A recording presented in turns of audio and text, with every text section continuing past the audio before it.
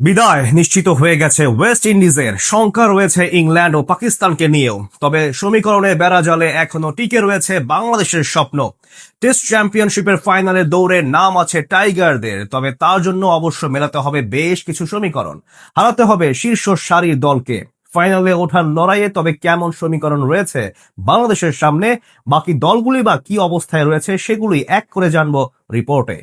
সময় যত এগোচ্ছে জটিল হচ্ছে ফাইনালের সমীকরণ। 27 সিরিজের এই সাইকেলে 12 সিরিজ শেষ হতে না হতেই বদলে যাচ্ছে হিসেব নিকেশ। ফাইনালে যাবার দৌড়ে কেউ বা আছে এগিয়ে, আবার কারো বিদায় নিশ্চিত হয়ে গেছে এখনই। তবে হিসেবের এই মার প্যাচে কিছুটা হলেও সুবিধায় আছে বাংলাদেশ। এমনকি শক্তিশালী দলগুলোর বিপক্ষে জিততে পারলে টাইগাররা পৌঁছাতে পারে ফাইনালের মঞ্চেও। গত দুই চক্রের হিসাব বলছে টেস্ট চ্যাম্পিয়নশিপের ফাইনালে উঠতে 65% বেশি পয়েন্ট দরকার। সর্বশেষ 4 ফাইনালিস্টের মধ্যে 3 দলই 65% পয়েন্ট পেয়েছে।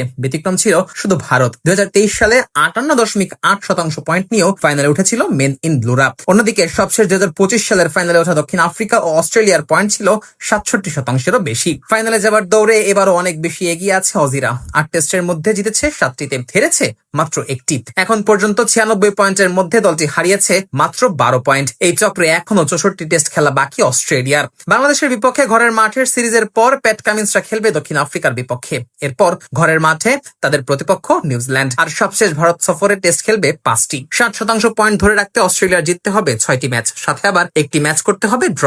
আর 8 ম্যাচ জিততে পারলে অজিদের পয়েন্ট হবে 68.18%। গেলবারের চ্যাম্পিয়ন দক্ষিণ আফ্রিকাও বেশ ভালো অবস্থানে আছে। 4 টেস্টে 3 জয় ও 1 হার নিয়ে তাদের পয়েন্ট 75%। সামনে রয়েছে আরো 10টি টেস্ট, এর 8টি আবার ঘরের মাঠে। সব মিলিয়ে 5 জয় ও 2 ড্রতেই 60% পয়েন্ট হয়ে যাবে প্রোটিয়াদের। 6 টেস্টে 4 জয়, 1 হার ও 1 ড্র নিয়ে আপাতত 3 নম্বরে আছে নিউজিল্যান্ড। তাদের পয়েন্ট 72.22%। বলা যায় বেশ সুবিধাজনক অবস্থানই আছে কিউইরা। তাদেরও ম্যাচ বাকি আছে 10টি। ভারত ও শ্রীলঙ্কার বিপক্ষে দেশের মাটিতে খেলার পাশাপাশি অস্ট্রেলিয়া ও পাকিস্তানের বিপক্ষে খেলবে অ্যাওয়ে ম্যাচ। এর মধ্যে 5টি ম্যাচে জয় ও 1টি ড্র হলেই 60%-এর বেশি পয়েন্ট হবে কিউইদের। এদিকে 4 ম্যাচে 2 জয়, 1 হার ও 1 ড্র নিয়ে বাংলাদেশের পয়েন্ট এখন 58.33%। বাকি আছে আর 8টি ম্যাচ। 4টি ঘরের মাঠে, 4টি হবে বাইরের মাঠে। টাইগারদের সামনেও সুযোগ আছে 60% পয়েন্টে পৌঁছানোর। সেক্ষেত্রে বাকি থাকা ম্যাচের মধ্যে 5টি ম্যাচ জিততে হবে বাংলাদেশকে। টাইগারদের থেকে অবশ্য পিছিয়ে আছে ভারত। এখন পর্যন্ত 9 টেস্ট খেলে 4 জয়, 4 হার ও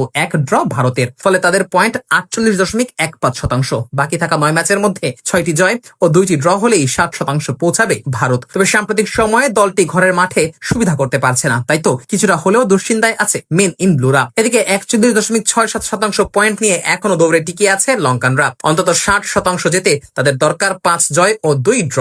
ইংল্যান্ডের অবস্থাও খুব একটা ভালো না। বাকি থাকা 8 টেস্টের সবগুলো জিতলেও ইংল্যান্ডের সর্বোচ্চ পয়েন্ট হবে 53.17%। ফলে তাদের ফাইনাল ওঠার সম্ভাবনা খুবই কম। 22.22% পয়েন্ট পাওয়া পাকিস্তানের বাকি আর 7 টেস্ট। এই সব ম্যাচ জিতলে সর্বোচ্চ 64.1% উঠতে পারবে বাবর আজমরা। আর 20.83% পয়েন্ট নিয়ে তলানিতে থাকা ওয়েস্ট ইন্ডিজ সর্বোচ্চ পাবে 32.14% পয়েন্ট। ফলে ফাইনালের দৌড় থেকে কার্যত তারা ছিটকে গেছে।